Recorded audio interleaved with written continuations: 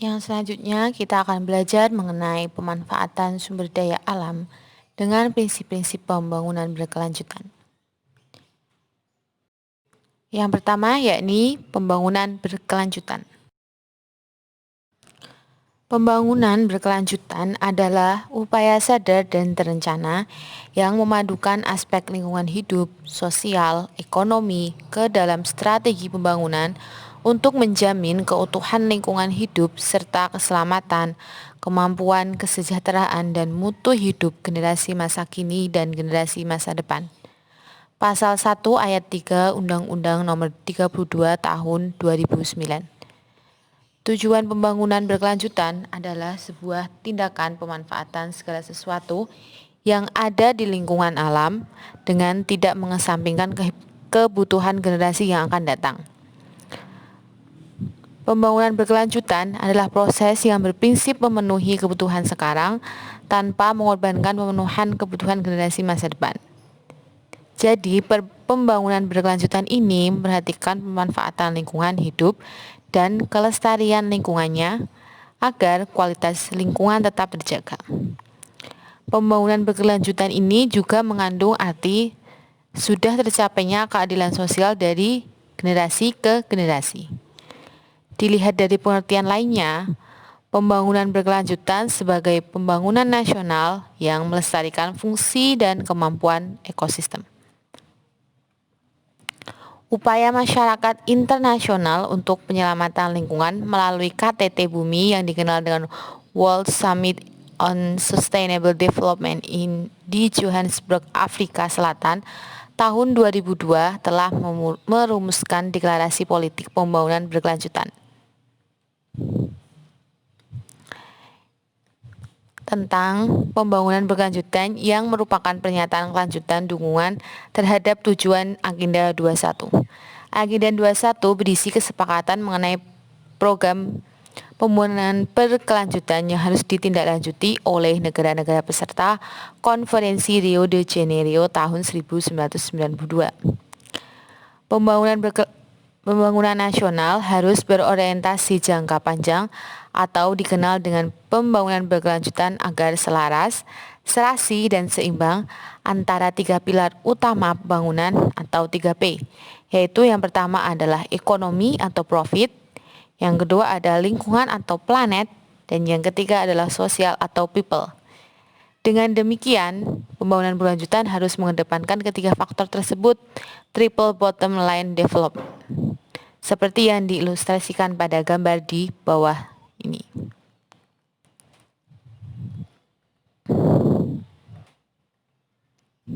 Nah, pembangunan berkelanjutan ini memiliki tiga pilar utama yang saling berkesinambungan. Yang pertama adalah pertumbuhan ekonomi, yakni menjaga pertumbuhan ekonomi yang stabil dengan merestrukturisasi sistem produktif untuk menghemat sumber daya dan energi. Dan yang kedua adalah keberlanjutan lingkungan, yakni dengan menjaga lingkungan tempat tinggal agar nyaman dan aman melalui zero emission. Dan yang terakhir yakni keberlanjutan sosial, yakni menjamin keadilan sosial dalam distribusi kekayaan dan pelayanan sosial. Secara umum, sektor kegiatan ekonomi akan menekan kebutuhan energi dan berdampak langsung pada kegiatan pembangunan energi yang akan menimbulkan masalah lingkungan serta dampak sosial. Pengelolaan lingkungan memiliki tujuan untuk konservasi atau pelestarian. Konservasi tersebut meliputi konservasi lingkungan dan konservasi sumber daya alam atau SDA. Pelaksanaan pembangunan berkelanjutan untuk mencapai tujuan pengelolaan lingkungan menggunakan prinsip atau konsep ekofisiensi. Salah satu prinsip ekofisiensi adalah 4R atau reduce, reuse, recycling, dan recovery.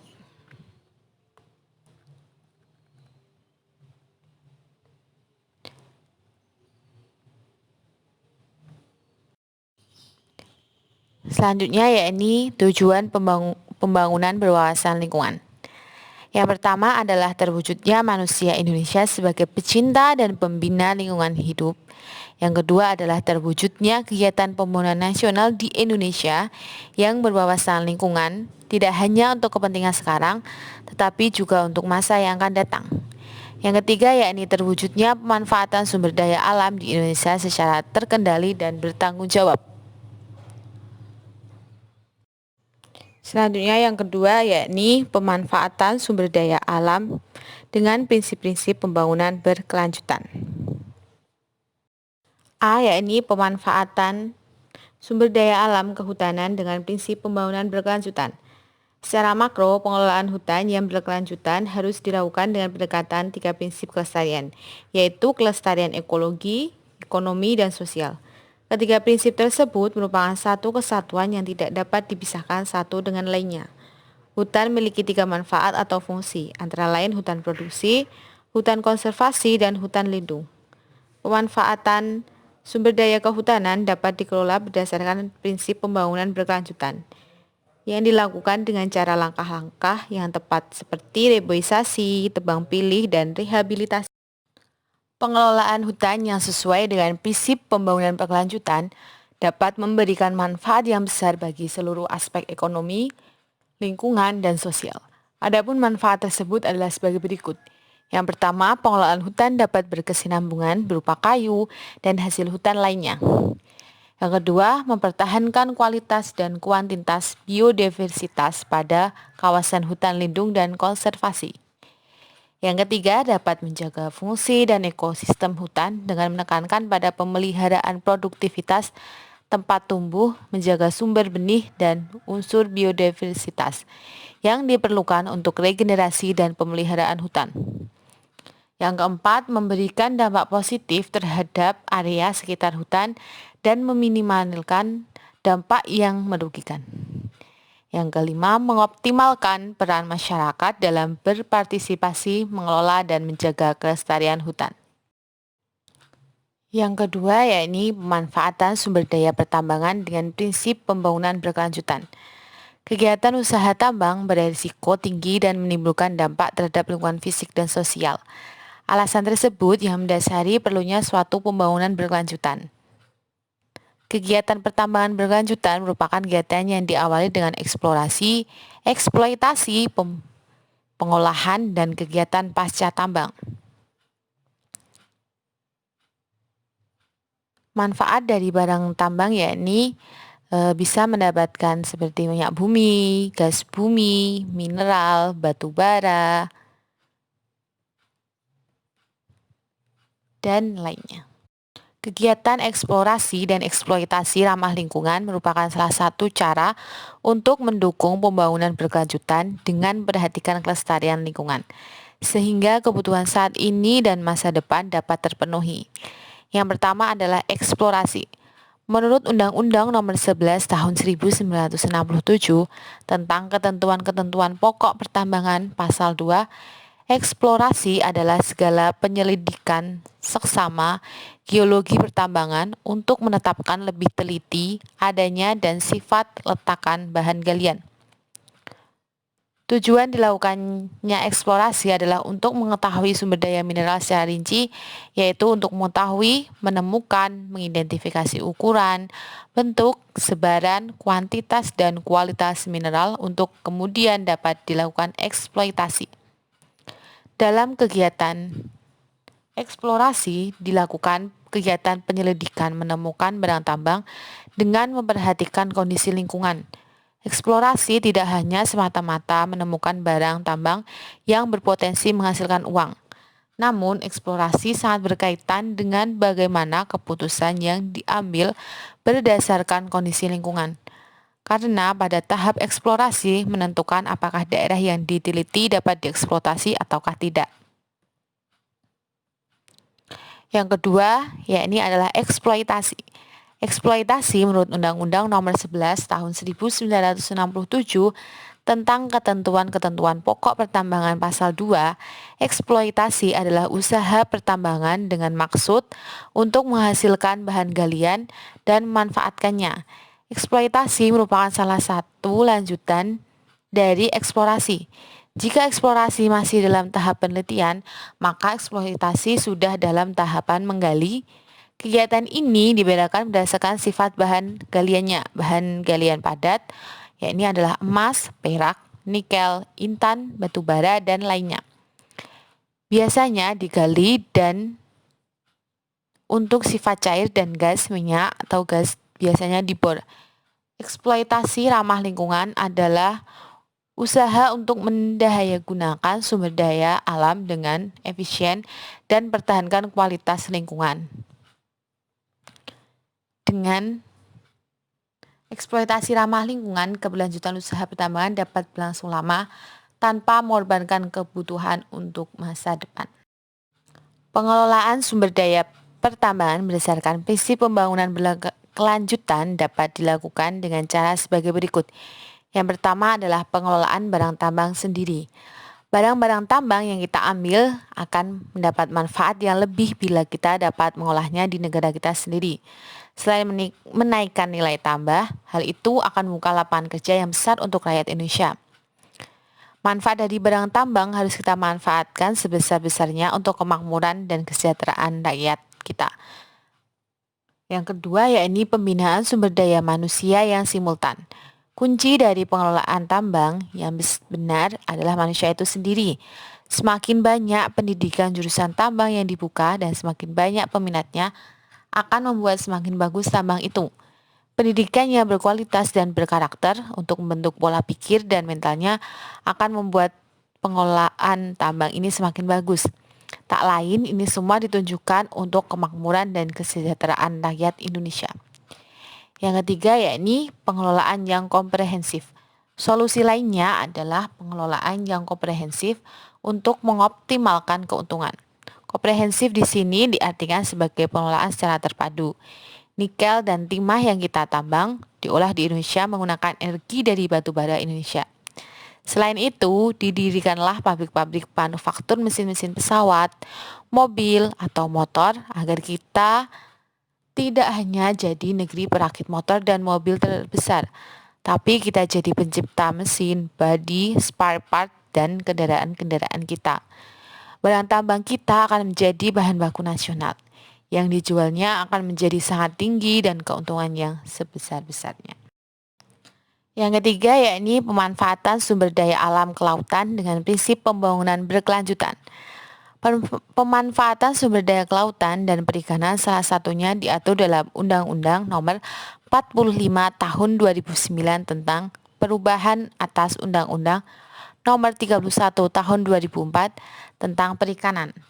Dalam pasal tersebut disebutkan bahwa pengelolaan perikanan harus memperhatikan asas manfaat, keadilan, kebersamaan, kemitraan, kemandirian, pemerataan, keterpaduan, keterbukaan, efisiensi, kelestarian, kekuatan yang berkelanjutan. Berikut adalah beberapa pemanfaatan kekayaan sumber daya laut di Indonesia. Yang pertama yakni sebagai sumber bahan pangan. Laut merupakan habitat bagi organisme di dalamnya, baik itu tumbuhan maupun hewan. Tumbuhan, rumput laut dan alga, dan hewan, teripang, kerang, udang, cumi, dan beragam ikan dapat ditangkap nelayan sehingga menjadi komoditi bagi manusia untuk memenuhi kebutuhan pangan. Yang kedua yakni sebagai objek wisata. Laut juga memiliki manfaat sebagai objek wisata karena memiliki panorama yang indah. Bukan hanya keindahan yang terlihat di atas permukaan, tapi juga keindahan yang tersimpan di dasar laut, yaitu keindahan terumbu karang dengan biota di dalamnya. Yang ketiga yakni sebagai media transportasi. Indonesia merupakan negara kepulauan.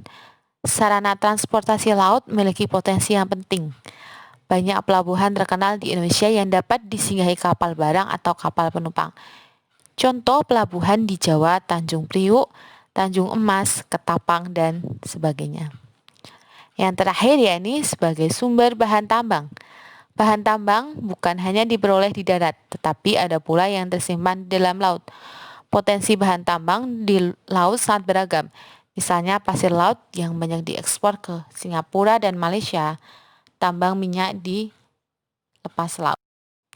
Dalam pemanfaatan sumber daya alam kelautan, perlu adanya langkah-langkah sebagai berikut. Yang pertama adalah penataan sistem perikanan. Adanya peningkatan produksi perikanan dikarenakan permintaan ikan yang terus meningkat. Peningkatan produksi harus diiringi dengan pengelolaan yang tepat, penataan kembali sistem perikanan nasional dengan tindakan penangkapan ikan yang nasional. Adanya kebijakan yang tegas dengan Undang-Undang Nomor 45 Tahun 2009 tentang perubahan atas Undang-Undang Nomor 31 Tahun 2004 tentang perikanan.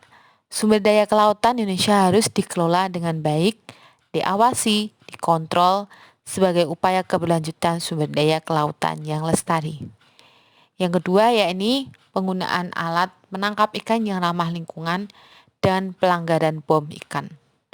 Penggunaan alat ikan yang ramah lingkungan terdapat pada Permen KP nomor 42 garis miring Men garis miring 2014 tentang jalur penangkapan ikan, alat penangkapan ikan dan alat bantu penangkapan. Alat penangkap yang pertama adalah alat penangkap ikan jaring angkat atau lift nets. Pengoperasiannya dengan mengangkat jaring untuk menangkap ikan pelagis kecil. Yang kedua ini adalah alat menangkap ikan perangkap atau traps untuk menangkap ikan dasar kepiting. Yang ketiga adalah peningkatan kesejahteraan nelayan. Ketidakpedulian masyarakat dan pelaku usaha perikanan terhadap lingkungan disebabkan karena kurang sejahteranya kehidupan. Mereka cenderung mengabaikan kelestarian lingkungan untuk mengambil keuntungan yang besar saat itu. Masyarakat berpikir dapat memenuhi kebutuhan sehari-hari dengan cara yang sederhana dan mudah. Di sisi lain, dengan cara tersebut, ikan rusak dan kebutuhan mereka pada masa yang akan datang tidak dapat terpenuhi.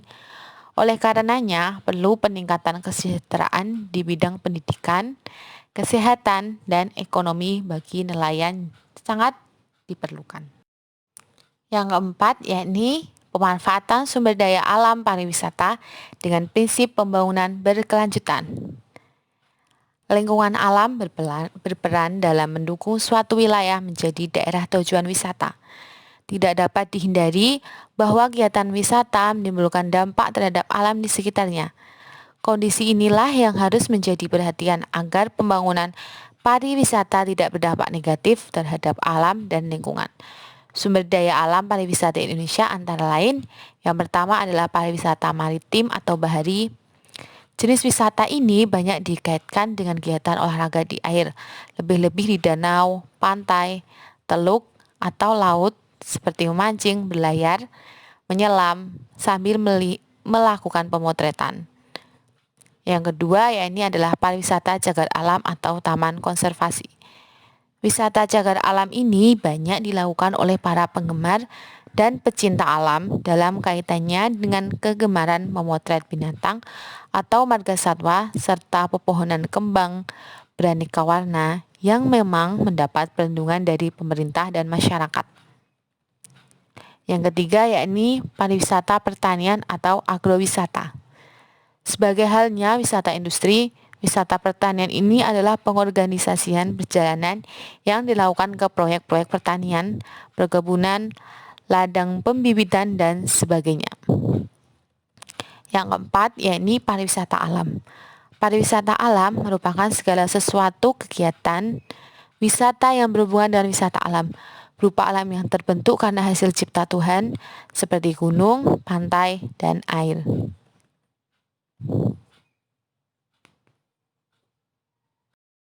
Cukup sekian untuk pembahasan mengenai pemanfaatan sumber daya alam dengan prinsip-prinsip pembangunan berkelanjutan.